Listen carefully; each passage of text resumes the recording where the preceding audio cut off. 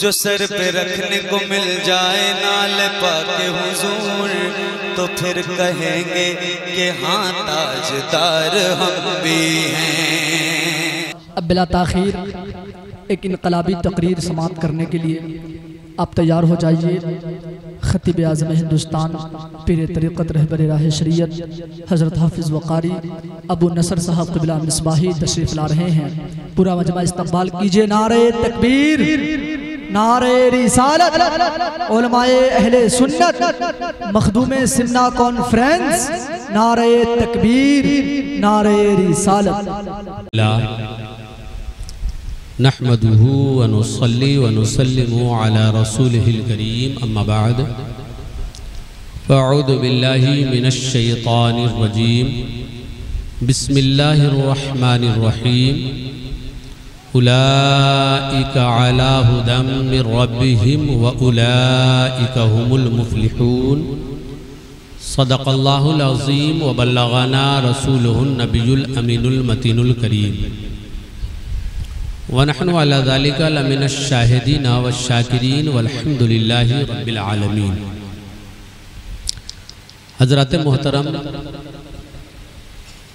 یہ ہمارے اور آپ کے لیے مشترکہ خوش نصیبی کی بات ہے کہ آج کی اس شب میں ہمارے وہ علماء اکرام اور شورا اعظام تشریف فرما ہیں کہ جن کو اسٹیج پر لانے کے لیے عام لوگوں کو بڑی محنتیں کرنی پڑتی ہیں اور انتظار کرنا پڑتا ہے، لیکن یہ حضرت مولانا صوفی منصور صاحب تیغی کی محبت کا نتیجہ ہے کہ ان کی دعوت پر اور ان کے کہنے پر یہ تمامی حضرات آپ کے دیار محبت میں تشریف لائے ہیں۔ یقینی طور پہ میں جانتا ہوں کہ یہ حضرات جو بھی آپ کو اسٹیج پہ نظر آ رہے ہیں یا جو علماء اور شورا کمروں میں آرام فرما ہیں، اپنے وقت کا انتظار کر رہے ہیں، وہ سب کے سب صرف اور صرف ان کی محبت میں اور اللہ اور اس کے رسول کی محبت میں یہاں حاضر آئے ہیں۔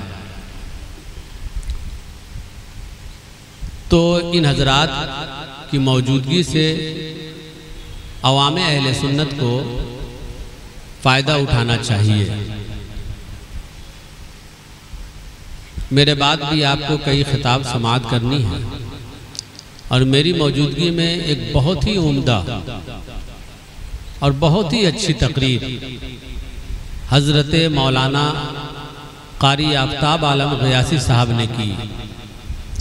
یقینی طور پر بہت بڑے عالم کا انداز الگ ہو سکتا ہے، لیکن جو باتیں انہوں نے کی ہیں وہی باتیں بہت بڑے سے بڑے عالم آئے تو اس حوالے سے کریں گے۔ الحمدللہ ایسی تقریر ہونی چاہیے اور ایسی تقریر پر عمل لوگوں کو کرنا چاہیے، اور عمل کا اگر شوق اور جذبہ نہ ہو تو پھر تقریر جتنی بھی اچھی ہو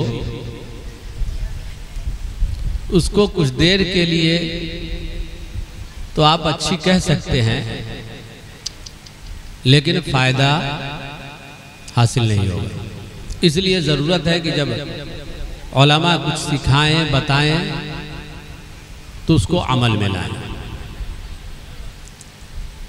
میں نے جو قرآن مقدس کی آیت تلاوت کی ہے اس حوالے سے تھوڑی دیر کی گفتگو ہوگی۔ آئیے اس سے قبل نہایت ہی عقیدت و محبت کے ساتھ بارگاہ مصطفیٰ میں ہدیہ درود و سلام پیش فرما لیں۔ اللہم صلی علی سیدنا شفیعنا حبیبنا مولانا محمد النبی الامی وعلی آلہ وآل بیتہ واصحابہ اجمعین۔ حضرات، دنیا میں ہر انسان کامیاب ہونا چاہتا ہے، اور وہ بے وقوف ہی ہوگا جو کامیابی کو ناپسند کرتا ہو۔ تو ہر آدمی کامیاب ہونا چاہتا ہے اور کامیابی کے طریقے وہ جاننا چاہتا ہے، کامیابی کے نسخوں کو اپنانا چاہتا ہے۔ یہی وجہ ہے کہ اگر کسی کو اپنی سمجھ اور اپنے شعور کے لحاظ سے یہ سمجھ میں آتا ہے کہ کامیاب ٹیکسی ڈرائیوری میں ہے کامیابی، تو اب وہ ٹیکسی ڈرائیوری کی طرف چلا جاتا ہے۔ کوئی سمجھتا ہے کہ اس زمانے میں انجینئر زیادہ کامیاب ہے تو وہ انجینئرنگ کی طرف چلا جاتا ہے۔ کوئی سمجھتا ہے کہ اس زمانے میں ڈاکٹر زیادہ کامیاب ہے تو وہ میڈیکل کی طرف چلا جاتا ہے، اور کامیابی کے لیے وہ اپنی طاقت بھر ضرور کوشش کرتا ہے۔ میرے پیارے بھائیوں اور دوستوں، یقینی طور پر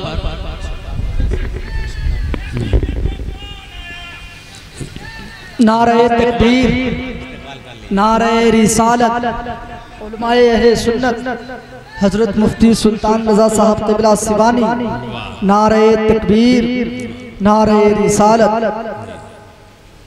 دیکھیے اس وقت ایک عظیم خطیب کی آمد ہوئی ہے منبر شریف پہ۔ انشاءاللہ العزیز وقت مقررہ پہ حضرت کے خطاب نیاب سے ہم تو حضرات، تو ہر آدمی کامیاب ہونا چاہتا ہے اور کامیاب ہونے کے نسخے وہ اپنانے کی کوشش کرتا ہے جو بتا دے۔ لیکن دنیا میں دنیا کے لوگوں نے جو بھی کامیابی کا معیار رکھا ہے وہ سب ناقص ہے۔ وجہ یہ ہے کہ انسان کی جو تعلیم ہے، جو انسان سے اس نے حاصل کیا ہے،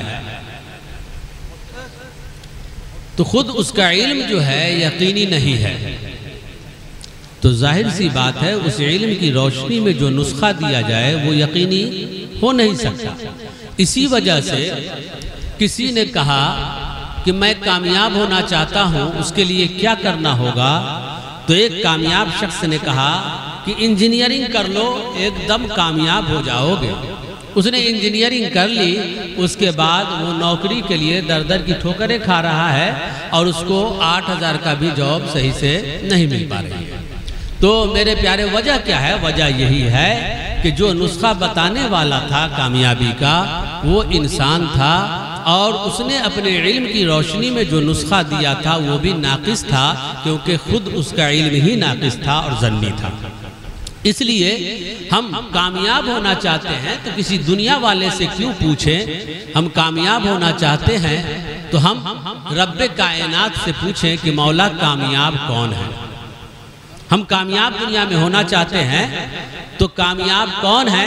مولا کامیابی کا نسخہ کیا ہے؟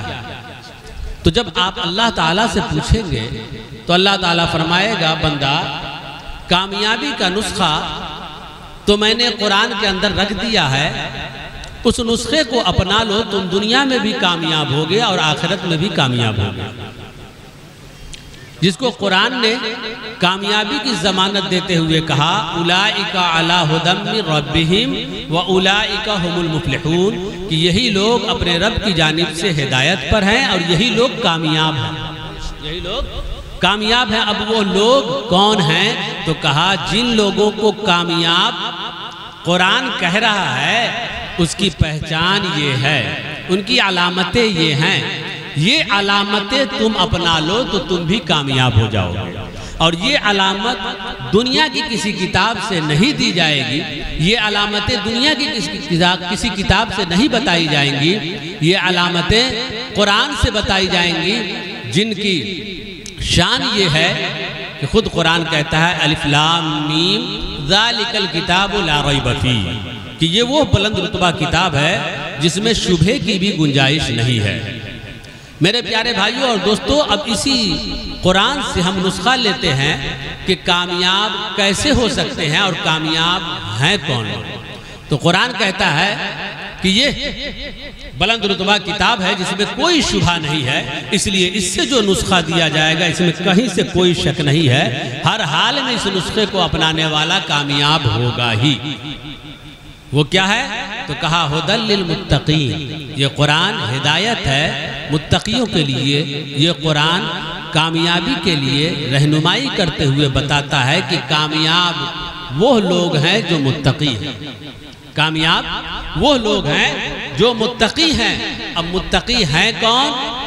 تو علامت بتائی، کہا یؤمنون بالغیب، کامیابی کا پہلا زینہ۔ حقیقت میں کامیابی وہ سب سے پہلی تو یہی ہے کہ انسان مومن ہو جائے، یہ سب سے پہلی کامیابی۔ تو کہا یؤمنون بالغیب، کہ جو غیب پر ایمان لاتے ہیں، جو بے دیکھے ایمان لاتے ہیں۔ اور ایک تفسیر میں یہ کہا گیا کہ یہ بھی ہو سکتا ہے کہ یؤمنون بالغیب، اور اس غیب سے جو الف لام کے ساتھ ہے وہ مراد ہو علم غیب مصطفیٰ۔ تو پھر معنی یہ ہوگا کہ کامیابی کے لیے پہلی بنیاد یہ ہے کہ کامیاب وہی شخص ہے جو نبی کے علم غیب پر ایمان لاتے ہیں، جو نبی کے علم غیب پر ایمان لاتے ہیں۔ تو کہا یؤمنون بالغیب، سب سے پہلے ضروری ہے کامیاب ہونے کے لیے کہ وہ غیب پر ایمان لاتا ہو، ایمان رکھتا ہو۔ میرے پیارے بھائیوں اور دوستوں، ایمان کس کو کہتے ہیں؟ کیونکہ ایمان جس کا ہوگا وہ کامیاب ہوگا۔ تو ضروری ہے کہ ہم یہ جانیں کہ ایمان کہتے کس کو ہے۔ تو ایمان کی تعریف تو یہ کی گئی ہوا تصدیق ما جاء بہ النبی صلی اللہ تعالی علیہ وسلم، کہ حضور صلی اللہ تعالی علیہ وسلم جو لے کر کے آئے اس کی تصدیق کرنے کا نام ایمان ہے۔ اسی ایمان کے اظہار کے لیے جو کلمہ ہے وہ کلمہ ہے لا الہ الا اللہ محمد رسول اللہ، جس کا معنی ہوتا ہے اللہ کے علاوہ کوئی معبود نہیں اور محمد صلی اللہ تعالی علیہ وسلم اللہ کے رسول ہیں۔ اب بندہ جو ایمان لایا اس کا اظہار اس نے اس لفظ سے کیا لا الہ الا اللہ، اللہ کے علاوہ کوئی معبود نہیں۔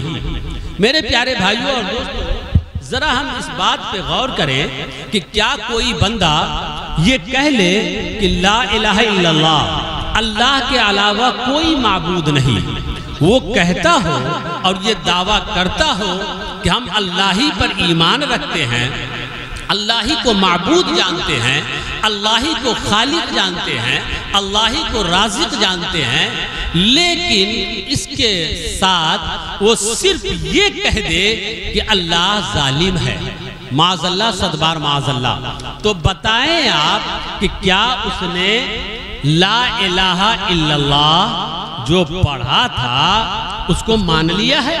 کیا اس کو مان چکا ہے؟ جو اس نے کہا تھا کہ اللہ ہی معبود ہے، کیا اس نے اللہ کو معبود مان لیا ہے؟ کیا اس کو کہا جائے گا کہ وہ بندہ مومن ہے؟ کیا کہا جائے گا کہ وہ بندہ موحد ہے؟ ہم سمجھتے ہیں کہ مومنوں میں کوئی بھی ایسا مومن نہیں ہوگا جو اللہ کو ظالم کہنے والے کو مومن مانتا ہو، اگرچہ لا الہ الا اللہ محمد رسول اللہ کا وہ دعویٰ کرتا ہو یا اللہ کے معبود ہونے کا دعویٰ کرتا ہو، اور صرف دعویٰ ہی نہیں بلکہ اللہ ہی کو سجدہ کرتا ہو، بلکہ وہ اتنا زیادہ پکا ہو اس معاملے میں کہ اللہ کے علاوہ کسی اور سے مانگتا تک نہیں ہو، لیکن وہ صرف کہہ دیا ہو کہ اللہ ظالم ہے، تو دنیا کا ہر مسلمان کہے گا کہ اس نے اللہ کو معبود مانا ہی نہیں۔ میرے پیارے، کیوں؟ جبکہ وہ لا الہ الا اللہ کا معنی تو ہوتا اللہ کے علاوہ کوئی معبود نہیں، اور وہ کہہ بھی رہا ہے کہ ہم یہی مانتے ہیں کہ اللہ ہی معبود ہے۔ تو پھر کیوں نہیں مانا جائے گا؟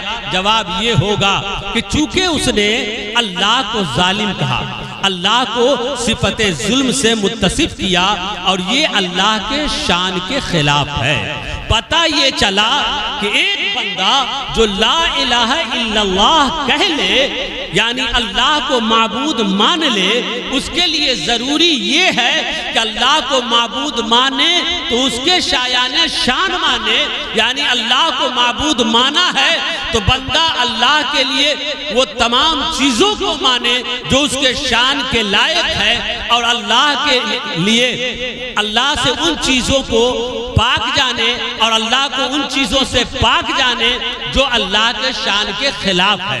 اسی وجہ سے اگر کوئی بندہ اللہ کو معبود مانا تو اب اس کے لیے ضروری یہ بھی ہے کہ اللہ کو معبود مانا ہے تو اللہ کو ظلم سے پاک مانے، اللہ کو معبود مانا ہے تو اللہ کو ہر عیب سے پاک مانے، اللہ کو معبود مانا ہے تو اس قادر مطلق مانے، اللہ کو اگر معبود مانا ہے تو جسم و جسمانیات سے پاک جانے۔ میرے پیارے بھائیوں اور دوستو، آپ سمجھنے کی کوشش کیجئے، میری گفتگو کا جو یہ حصہ ہے لا الہ الا اللہ کے حوالے سے، اس پر سب کا اتفاق ہے کہ ہاں بات تو صحیح ہے کہ واقعی کوئی اللہ کو ظالم مان لے تو وہ اللہ کو معبود ماننے والا نہیں کہلائے گا، اگرچہ لا الہ الا اللہ پڑھتا ہو، اگرچہ وہ سجدہ کرتا ہو، اگرچہ وہ اپنے گمان میں اللہ ہی کی عبادت کرتا ہو، کیونکہ اس نے اللہ کے شان میں ایک ایسا لفظ بول دیا ہے جو اللہ کے شان کے لائق نہیں ہے۔ میرے پیارے بھائیوں اور دوستو، یاد رکھیے، علماء سے آپ پوچھ لیجئے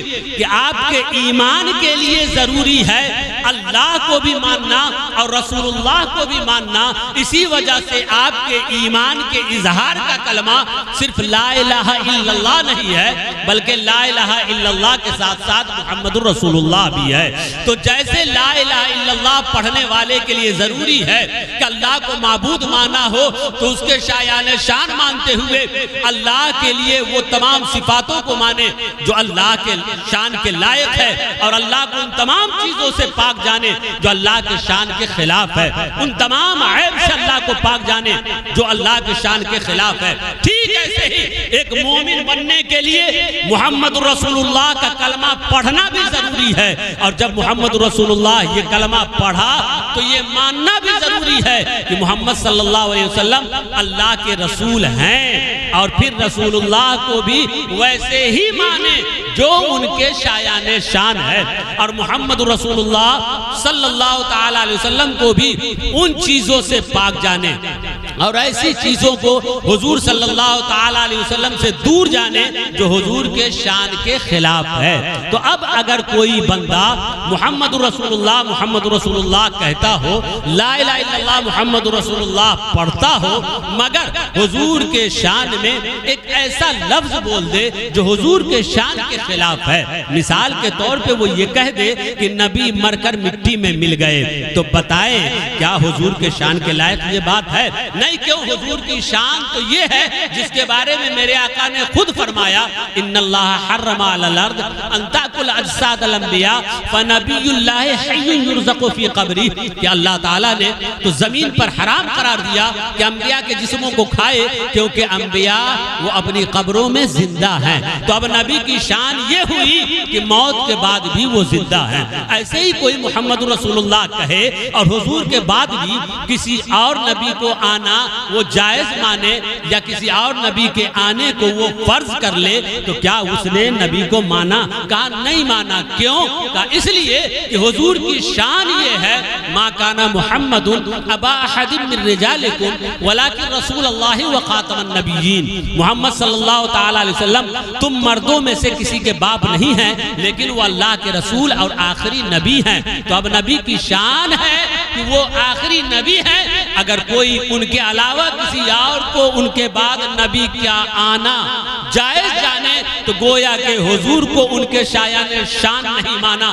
سمجھنے کی کوشش کیجئے کہ جیسے اللہ کو معبود مانتے ہوئے سجدہ کرے، نماز پڑھے، روزہ رکھے، اللہ ہی اللہ کرتا رہے، توحید کا نعرہ اور رٹ لگاتا رہے، رہے. اگر ایک مرتبہ صرف کہہ دیا اللہ ظالم ہے، دنیا کا کوئی مسلمان نہیں کہے گا کہ وہ اللہ کو ماننے والا ہے. ٹھیک ایسے ہی سمجھو، اگرچہ محمد رسول اللہ کوئی کہتا ہو، اگرچہ نبی پر درود و سلام پڑھتا ہو، اگرچہ دعویٰ کرتا ہو کہ ہم نبی کو مانتے ہیں، اگرچہ نبی کے نام پر اور نبی کی سنت کے نام پہ داڑھی رکھتا ہو، اگر ایک مرتبہ اس نے کہہ دیا کہ نبی کے بعد بھی، یعنی میرے آقا کے بعد بھی کوئی نبی آ سکتا ہے، تو اس نے نبی کو مانا ہی نہیں. ایسے ہی کوئی یہ کہہ دیتا ہے کہ نبی مر کر مٹی میں مل گئے تو گویا کہ اس نے محمد صلی اللہ علیہ وسلم کو اللہ کا رسول مانا ہی نہیں. تو ایک ایمان والے کے لیے ضروری ہوا کہ وہ اللہ کو بھی مانے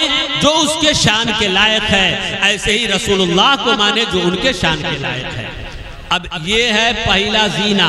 اسی میں بہت سے لوگ ناکام ہو چکے ہیں، بہت سے لوگ فیل ہو چکے ہیں. تو وہ اپنے گمان میں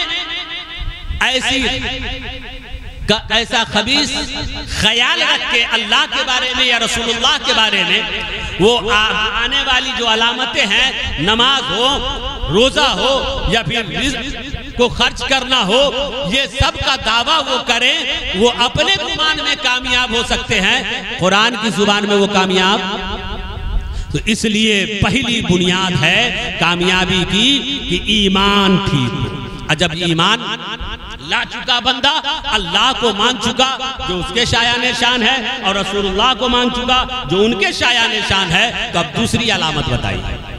کہا وَيُقِيمُونَ الصَّلَاةَ.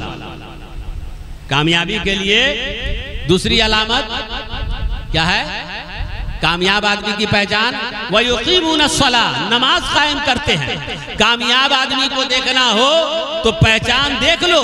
نمبر 1، سچا پکا مومن ہو، ایمان میں کسی طرح سے کوئی کھوٹ نہ ہو، اور مومن ہو گیا ہو تو نماز پڑھتا ہو، نماز پڑھتا ہو.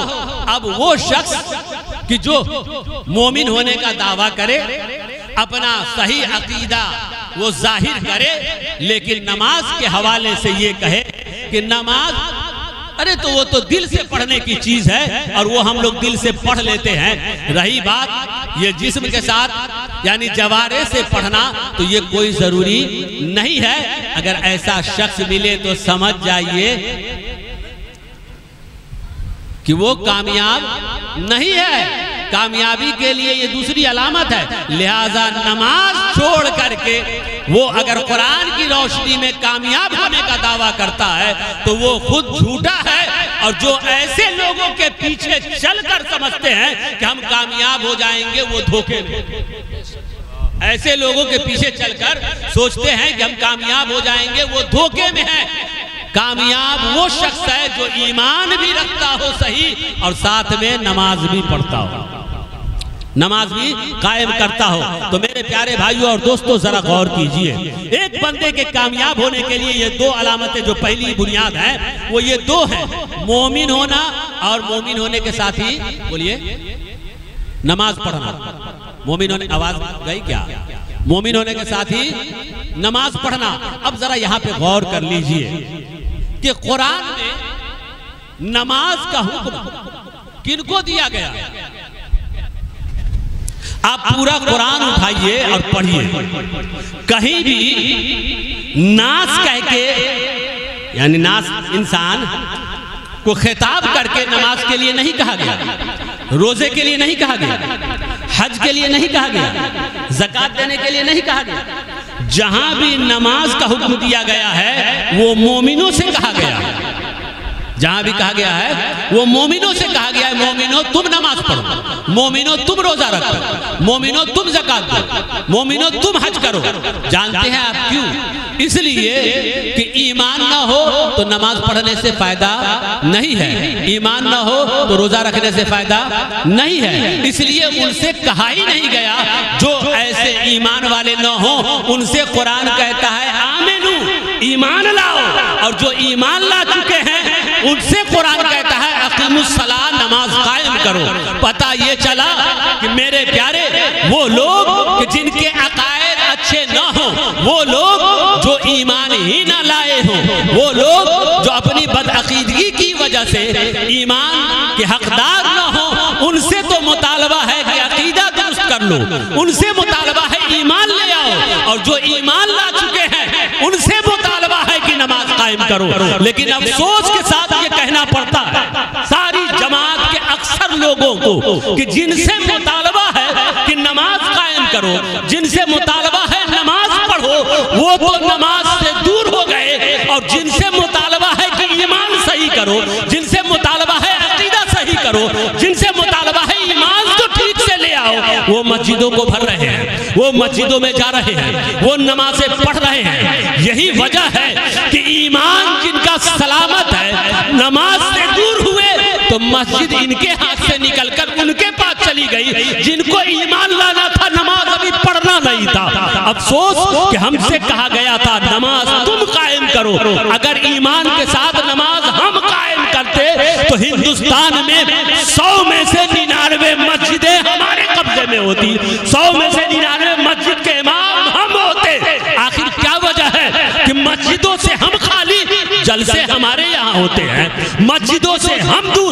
آپ جائیے آبادی میں، اس آبادی کے لوگ اچھے ہیں، اچھے عقیدے کے ہیں، لیکن مسجد ہم سے خالی۔ وجہ کیا ہے؟ کہا وجہ یہی ہے کہ مسجد تو ہمارے سنی مسلمان بہت کم جاتے ہیں، بات خراب لگ سکتی ہے، بہت کم جاتے ہیں، نتیجہ یہ نکلتا ہے کہ جو جاتے ہیں وہی تو امام صاحب سے کچھ کہیں گے، کچھ پوچھیں گے۔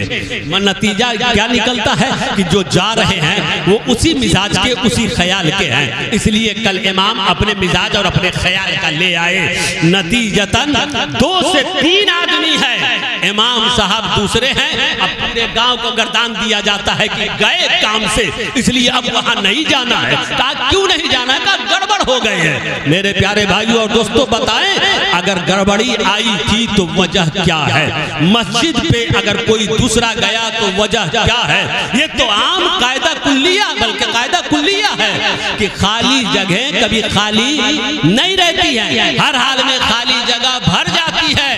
یہی وجہ ہے کہ حکماء کہتے ہیں کہ بوتل اگر خالی ہو تو اس کو خالی مت سمجھو، یا تو بوتل میں پانی ہوگا، یا تو پھر بوتل میں دودھ ہوگا، یا تو بوتل میں کوئی لیکوڈ کوئی چیز ہوگی۔ اگر کچھ نہیں ہے تو پڑھے لکھے لوگوں سے، سائنس جو پڑھے ہوئے ہیں وہ بتا سکتے ہیں کہ اس میں کوئی چیز نہ ہو تو ہر حال میں ہوا ہو، کیونکہ خلا محال ہے۔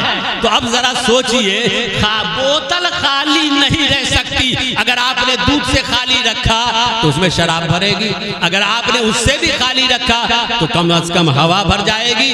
اے میرے پیارے ذرا سوچئے، یہ چھوٹی سی بوتل خالی نہ رہے اور مسجد کو خالی چھوڑیں گے تو کوئی نہ کوئی تو بھر ہی دے گا، کوئی نہ کوئی بھر ہی دے گا۔ اس لیے مسجدوں کو آباد کیجئے۔ کامیاب ہونے کی علامت ہے یہ کہ ایمان بھی ہو اور ایمان کے ساتھ ساتھ نماز قائم کرتے ہیں۔ یؤمنون بالغیب ویقیمون الصلاۃ، یہ 2 پہچان۔ اب ہم کو غور کرنا ہے کہ اگر ہم کامیاب نہیں ہیں، اگر ہم ذلیل و رسوا ہو رہے ہیں تو ہم دیکھیں گے کہ قرآن نے جن کو کامیاب کہا ہے وہ خوبی ہمارے اندر ہے کہ نہیں، وہ علامتیں ہمارے اندر ہیں کہ نہیں۔ اگر وہ علامتیں ہمارے اندر نہیں ہیں تو ناکامی کا رونا کیسا ہے؟ نہیں، ناکامی کا رونا کیسا؟ اس لیے کوشش کریں کہ ان علامتوں کو اپنائیں۔ تو کہا 2 علامت، ایمان اور دوسرا بولیے نماز۔ اس لیے نماز کی پابندی ہر حال میں کیجیے، نماز کی پابندی ہر حال میں لازمی طور پہ کیجئے۔ اور تیسری علامت کہا وَمِمَّا رَزَقْنَاهُمْ يُنْفِقُونَ، کہ اللہ کے دیے ہوئے رزق سے خرچ کرتے ہیں، اللہ کے دیے ہوئے رزق سے خرچ کرتے ہوں۔ اب اللہ تعالیٰ نے جس کو دولت دیا ہے اس کے لیے دولت رزق ہے، اور اللہ تعالیٰ نے جس کو علم دیا ہے اس کے لیے علم رزق ہے۔ علم بھی رزق ہے، سمجھ رہے ہیں نا؟ ہاں، علم بھی رزق ہے۔ تو اب تیسری علامت کامیاب ہونے کے لیے کہ اللہ نے دیا ہے تو وہ اللہ کی راہ میں خرچ بھی ہو، خرچ بھی کریں۔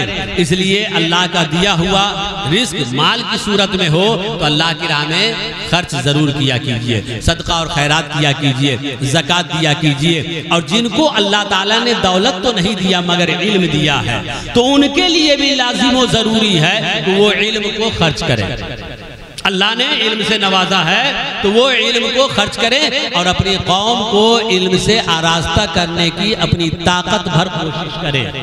اگر وہ ایسا نہیں کرتے ہیں اور علم کا بہت بڑا تمغہ لیے ہوئے ہیں اور دستار علم و فضل بھی لے کر کے آئے ہیں، تب بھی وہ کامیاب نہیں ہے، کیونکہ کامیاب ہونے کے لیے ضروری ہے کہ اللہ نے اگر علم جیسا رزق آپ کو دیا ہے تو اس کو خرچ کیجئے، یعنی دوسروں میں بانٹیے اور تقسیم کیجئے۔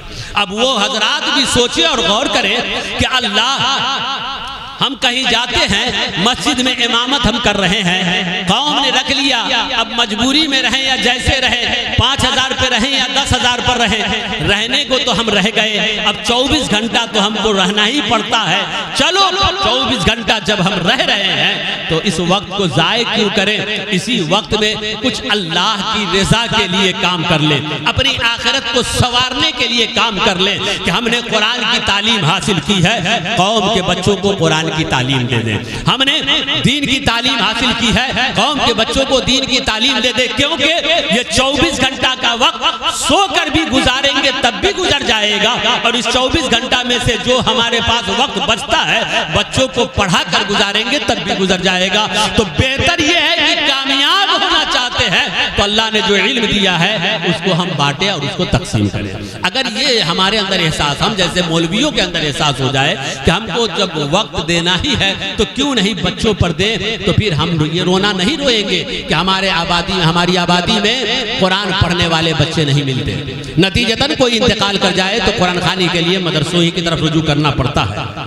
تو یہ کوشش کرنی ہوگی اللہ کے لیے۔ اور آج جو حالات ہیں اس پرفتن دور میں اگر اس پر غور نہ کیا گیا اور اس پر توجہ نہ دی گئی کہ ہر مسجد کے ساتھ مکتب قائم کر کے مکتب کی تعلیم کو اس معیار تک اگر پہنچانے کی کوشش نہ کی گئی کہ اس مکتب سے پڑھنے والا بچہ ہو یا بچی وہ قرآن بھی صحیح پڑھنا جان لے، وہ نماز کا طریقہ بھی سیکھ لے، اور وہ بنیادی طور پہ انوار شریعت اور قانون شریعت یا بہشتی زیور پڑھ لے اور سمجھ لے، تو یقین جانیے آنے والا وقت اور خطرناک ہوگا۔ یقین جانیے ابھی 1 2 4 کیسے سنتے ہیں، وہ وقت ایسا آئے گا کہ آپ کہیں گے کہ کان پک چکا ہے۔ اس لیے آج غور کر لینا ہوگا ہم سب کو، اور عوام سے بھی کہوں گا، میں گزارش کروں گا کہ اپنے مذہب کی محبت میں، اپنے مسلک کی محبت میں اپنے امام کی عزت کیجئے، ان کو خاطر خواہ دیجئے اور ان سے کام لیجئے، یوں خاطر خواہ دیجئے کہ ان کی تمام ضرورتیں جو واقعی ضرورت ہے وہ پوری ہو جائے،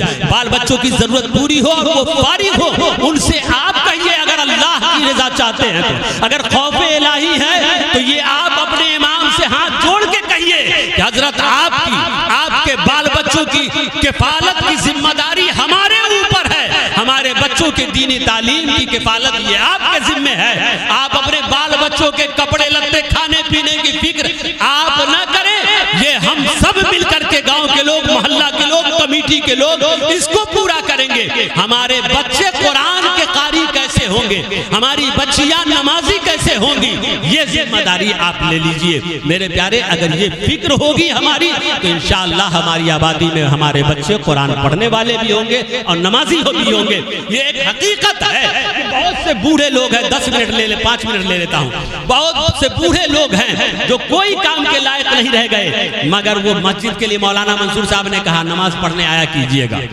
مولانا سلطان صاحب نے کہا، علامہ قمر الزمان جیسی شخصیت نے کہا کہ آپ بوڑھے ضعیف ہو چکے ہیں، آئیے مسجد آیا کیجئے، نماز پڑھا کیجئے۔ ان کے کہنے پر ایک دن آیا، دوسرے دن غائب، 2 دن 4 دن آیا، 5ویں دن سے غائب۔ جانتے ہیں اس کی اصل وجہ کیا ہے؟ اس کی وجہ یہ ہے کہ اس کے قریب جائیے اور پوچھئے کہ 5 دن آپ پڑھے اور چھوڑ کیوں دیے؟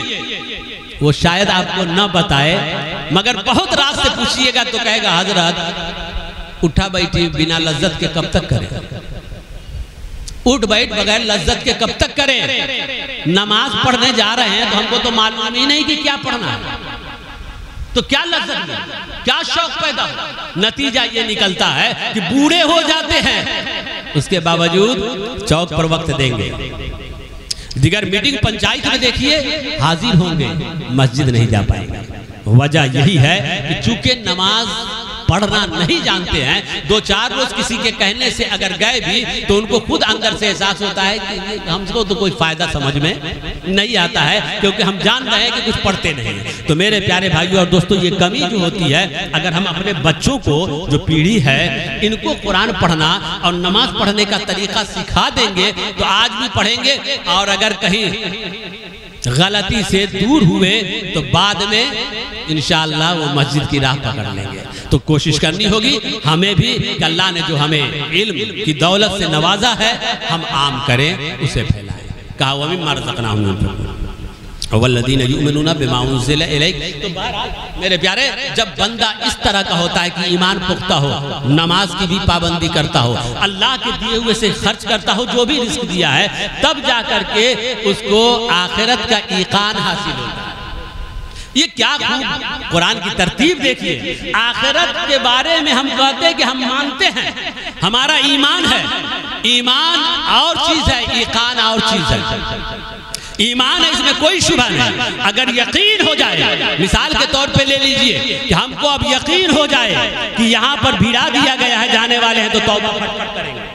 اگر یہ یقین ہو جائے آخرت کا ہمیں کہ اللہ کی بارگاہ میں ہم کو حاضر ہونا ہے، حساب دینا ہے، تو پھر گناہوں سے توبہ فوراً کریں گے۔ تو بندہ جب اس شان کا ہوتا ہے تب جا کر کے اس کو آخرت کا ایقان حاصل ہوتا ہے، اور جب اس شان کا ہو تو قرآن کہتا ہے دنیا والے جو کہیں تمہارا رب کہتا ہے اولئک علی ھدی من ربہم واولئک ھم المفلحون، یہی وہ لوگ ہیں جو اپنے رب کی جانب سے ہدایت پر ہیں اور یہی لوگ کامیاب ہیں۔ اللہ تعالی ہمارے ان چند کلمات کو قبول فرمائے، آمین ثم آمین، بجاہ سید المرسلین وآخر دعوانا الحمدللہ رب العالمین۔ استغفر اللہ ربی من کل ذنب واتوب الیہ، لا الہ الا اللہ محمد رسول اللہ صلی اللہ تعالی علیہ وسلم۔ السلام علیکم ورحمۃ اللہ۔ ماشاءاللہ، سبحان اللہ۔